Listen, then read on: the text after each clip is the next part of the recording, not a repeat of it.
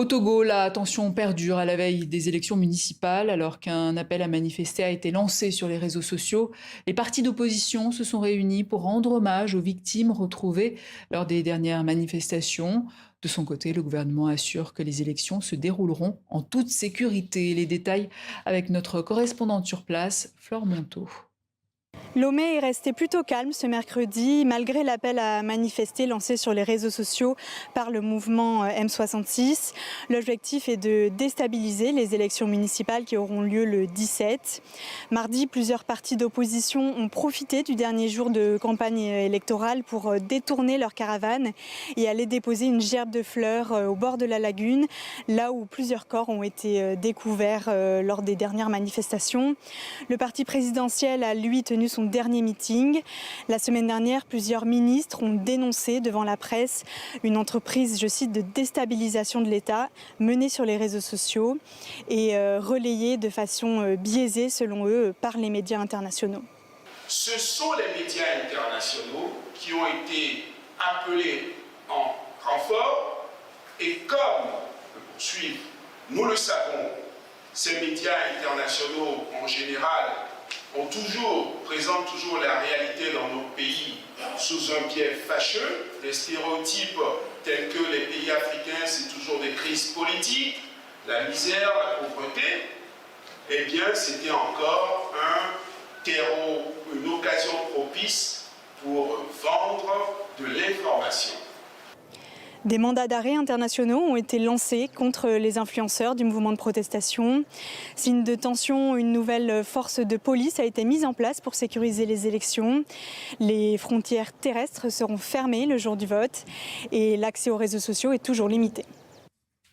Et de cette situation au Togo, on en parle avec Maître Raphaël Kpandé Adzaré. Bonsoir. Bonsoir, merci de m'inviter. Merci à vous. Vous êtes président d'honneur de la Ligue togolaise des droits de l'homme. Alors, selon les organisations de la société civile, la répression des forces de l'ordre a fait 7 morts. Les autorités en comptent 5, mais assurent qu'il s'agit de noyades. Où en est l'enquête ? Merci beaucoup. Je voudrais, avant de continuer le développement, m'incliner devant la mémoire de ces jeunes, ces enfants, ces hommes qui sont tombés sous le coup de la répression sanglante qui a eu lieu le 26, 27, 28 juin au Togo par le régime de Faure Gnassingbé. Et je rappelle que cette répression a eu lieu non seulement par les militaires, mais ce qui est encore plus dérangeant et ce qui est très inquiétant, c'est que aux côtés des forces de l'ordre et de sécurité, Faure Gnassingbé et son gouvernement ont fait déployer sur le terrain des miliciens qui sont armés de cordelettes, de gourdins, même de fusils, qui donc opèrent à visage découvert aux côtés des forces de l'ordre. Mais vous avez des preuves de tout ce que vous avancez ? Mais ce n'est pas une question de preuve, mais c'est quelque chose qui a été vécu. Ce n'est pas une question de preuve. C'est quelque chose qui a été vécu. Nous avons vu les images, les vidéos sont là.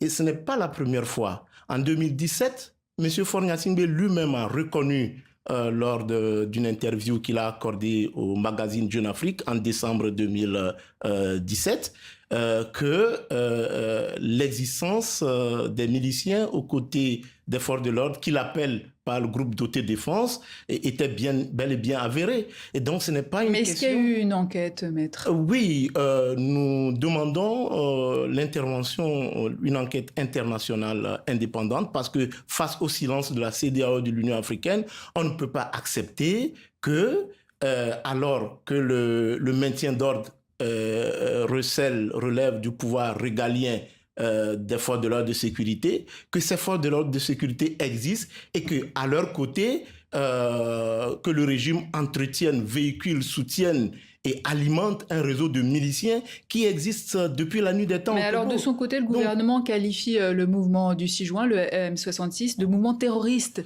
Pourquoi, selon vous ? Moi, je pense que c'est une lâcheté.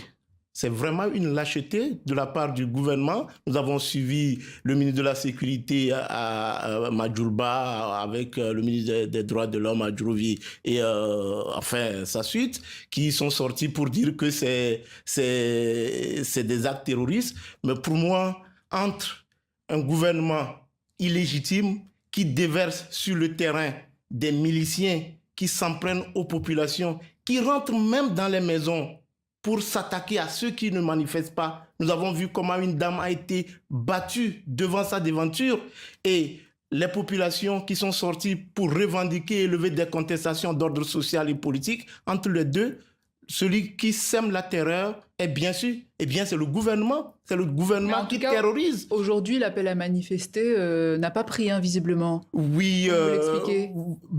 L'explication est là. C'est vrai, vous avez vu ce qui s'est passé les 26, 27 et 28. Le gouvernement a réprimé sans retenue. Vous avez une population qui crie à la liberté, qui crie à la libération, qui crie à l'autodétermination. Mais la réponse du gouvernement, depuis, n'a été que d'utiliser la force pour réprimer. Vous voyez, nous sommes dans un pays un peu plus extraordinaire. Le président de la République, il crie à travers les médias que le pouvoir ne se conquiert pas dans les rues, que le pouvoir se conquiert par les urnes, mais lui, il oublie. Faure Gnassingbé oublie qu'il est venu au pouvoir en 2005 par un coup d'État. Il est resté au pouvoir pendant 20 ans. Il organise des mascarades électoraux.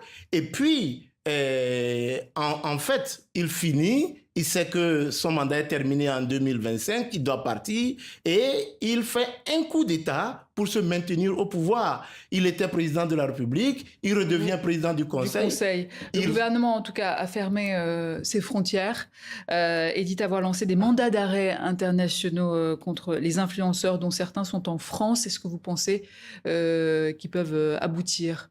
Non, mais vous savez que s'il reste une petite crédibilité au gouvernement du Togo, c'est que c'est du ridicule. Ils savent que ces mandats d'arrêt ne peuvent pas faire l'objet d'une collaboration, même pas par les pays africains, encore moins pour les pays européens, parce qu'il existe des conventions. Les mandats d'arrêt ne s'exécutent pas comme ça.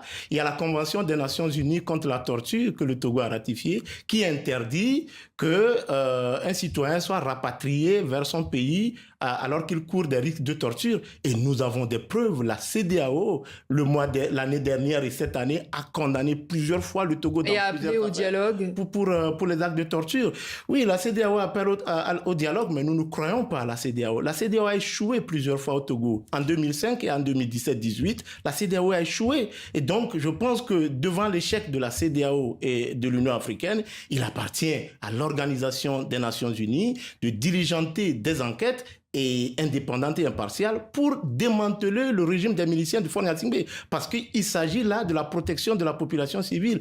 Et je crois qu'aujourd'hui, les faits sont très graves et plus que jamais, il va falloir que la situation au Togo soit regardée d'une manière absolue et que les revendications des jeunes puissent aboutir. Merci, le départ Maître de Faure Gnassingbé. Raphaël Kwandé Adzaré. Je rappelle que vous êtes président d'honneur de la Ligue togolaise des droits de l'homme. C'est moi qui vous remercie.